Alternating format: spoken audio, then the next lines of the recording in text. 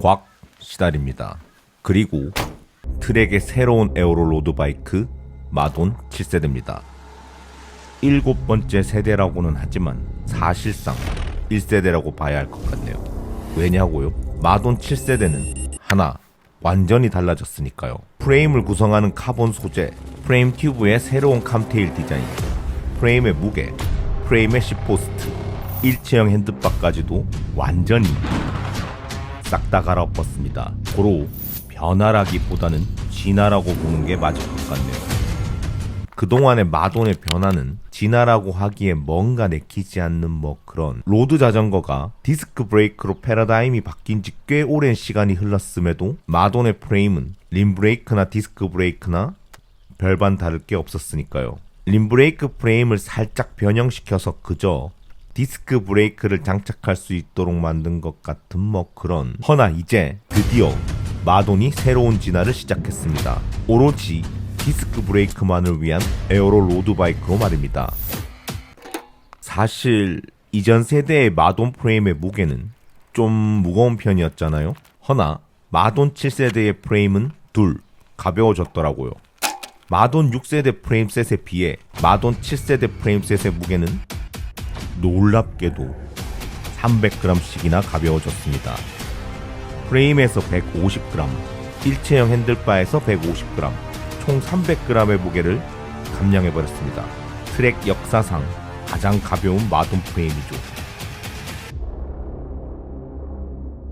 그 결과 새롭게 출시된 마돈 7세대 중에서 가장 가볍다는 마돈 SLR 라인은 놀랍게도 7.1kg입니다. 상당히 초경량이죠. 그리고 가장 무겁다는 마돈 SLR6 2탭의 무게는 놀랍게도 8kg입니다. 상당히 경량이죠. 6세대 마돈 SLR9의 무게 7.6kg, 6세대 마돈 SLR6 2탭의 무게 8.5kg과 비교해봐도 약 500g씩이나 가벼워졌죠. 그러고 보니 새 마돈은 상당히 날씬해 보이네요. 뚠뚠해 보였던 만큼 실제로도 무거웠던 마돈이 날씬해 보이는 것만큼 실제로도 가벼운 마돈이 되었다는 말입니다. 이렇게나 가벼워진 와중에도 마돈 7세대는 셋 빨라졌다고 하더라고요. 희한하게 생긴 요 시트 튜브, 바로 아이소플로우 기술 덕분에 말입니다. 마돈 진화의 중심에 있는 아이소플로우 기술은 시트 튜브에 구멍을 내버리는, 그야말로 틀을 깨버리는 트랙의 새로운 시도입니다. 이렇게 시트 튜브에 구멍은 내버렸지만, 그래서 틀을 깨버렸지만, 그렇다고 법까지 어겨버린 건 아닙니다. 준법 정신이 투철하네요. 아이소플로우의 희한한 모습에 뭔가 상당히 불법 같아 보이지만 UCI 기준에 잘 맞춘 합법적인 설계라는 말입니다. 아무튼 이렇게 시트 튜브에 구멍을 내버림으로써 라이더 앞에서 발생한 공기 저항을, 다시 말해서 헤드 튜브 쪽에서 발생한 고기압의 공기 흐름을 저기압의 라이더 뒤쪽으로 빠르게 흘려보낼 수 있죠. 공기가 고기압에서 저기압으로 빠르게 흐르는 걸 이용해서 말입니다. 공기 저항의 발생량을 줄이는 걸 넘어서서 이미 발생한 공기 저항까지, 그 공기 저항이 머무는 시간까지도 줄임으로써 전체적인 공기 저항력을 최대한으로 낮추는 거죠. 한마디로 마돈이 상당히 에어로다이나믹해졌다는 것이고, 그렇게 결국 마돈 7세대는 더 빨라졌다는 말입니다. 근데 시트 튜브가 한쪽 끝에만 연결되어 있어서 그런지 살짝은 불안해 보이죠? 바로 캔틸레버식으로 설계된 시트 튜브죠. 캔틸레버, 한쪽 끝이 고정되고 다른 끝은 받쳐지지 않은 상태로 있는 보. 외관은 시원하고 상쾌하지만 같은 길이의 보통 보에 비해 4배의 휨 모멘트를 받아 변형되기 쉬우므로 강도 설계에 주의를 요한다. 집도 안 무너지는 걸 보니 걱정할 필요 없겠네요. 아무튼 시트 튜브를 캔틸레버식으로 설계함으로써 이전 세대 마돈의 아이소 스피드와 비교했을 때 아이소 플로우는 승차감적으로는 비슷한 수준을 유지하고요. 기술적으로는 더 단순하고요. 무게적으로는 더 가볍고요. 공기 역학적으로는 더 에어로다이나믹하고요. 강성적으로는 더 뛰어나다고 합니다. 트랙의 기술이 상당히 굉장하네요. 이 아이소 플로우 기술만으로도 마돈이 진화했다고 볼 수 있지만 놀랍게도 마돈 7세대는 넷 디테일해지기까지 했더라고요. 조그마한 부분까지도 세밀하게 진화했다는 말입니다.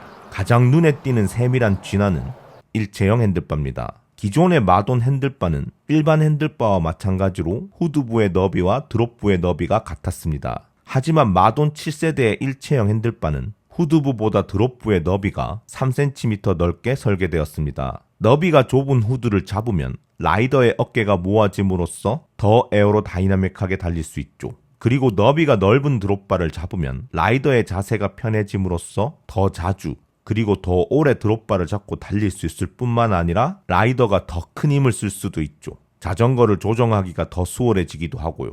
고로 빠른 속력을 오랫동안 유지하면서 달려야 하는 평지에서는 후드를 힘을 폭발적으로 뿜어내야 하는 스프린트를 할 때나 제어가 필요한 코너를 돌 때는 드롭을 잡고 달리면 되겠네요. 또 다른 세밀한 진화는 바로 BB 쉘프입니다. 시트 튜브와 다운 튜브의 물통을 거치하면 놀랍게도 여기에서도 공기 저항이 생깁니다. 그래서 트랙은 BB 쉘프를 올려서 물통의 바닥면과 BB 쉘프면을 거의 맞닿게 설계함으로써 공기 저항이 생길 수 있는 공간의 크기를 거의 없애버렸습니다. 결국 공기 저항의 크기도 줄어들고 공기도 더 잘 흘러나가게 되는 거죠. 조금이라도 더 에어로다이나믹해진다는 말입니다. 이렇게 조그마한 부분까지도 놓치지 않겠다는 트랙의 결연한 의지 덕분인지 마돈 7세대가 5 비싸졌더라고요.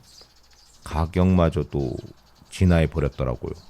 마돈 7세대 중에서 가장 값비싼 마돈 SLR9 이탭의 소비자 가격은 1,850만원, 가장 값싼 마돈 SLR6의 소비자 가격은 1,140만원, 6세대 마돈 SLR9 이탭의 소비자 가격 1,690만원과 비교했을 때 딱 160만원, 약 10% 정도 올랐네요. 솔직히 별로 안 올랐네요. 생각했던 것보다는 말입니다. 소비자에게 마돈 7세대의 소비자 가격이 절대적으로 부담스러운 가격인 건 맞지만 마돈 7세대의 새로운 진화를 고려해봤을 때 상대적으로 또 욕심이 나는 건 역시 진심입니다. 아무튼 부럽다.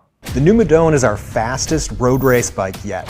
이전 세대의 마돈과 공유하고 있는 건 사실상 트랙 에어로 로드바이크의 DNA와 마돈이라는 이름뿐이죠. 보다 더 단순해진 설계, 보다 더 가벼워진 무게, 보다 더 오래가는 단단함으로 새로워진 마돈. 마돈 디스크 1세대라고 부르고 싶을 정도로 새롭게 진화한 트랙의 에어로 로드바이크 마돈 7세대였습니다. 아, 그래서 얼마나 빨라졌냐고요? That's 19 watts at 45 kilometers per hour, and that's about equivalent to 60 seconds per hour. So a ride that would take you an hour normally would take you 59 minutes on the new bike. So if I bring that down to 35 kilometers per hour, we get a 59 second per hour, 25 kilometers per hour, that's a 58 second per hour. So no matter how fast you're riding, you're going to have the aerodynamic improvements because you're riding through air.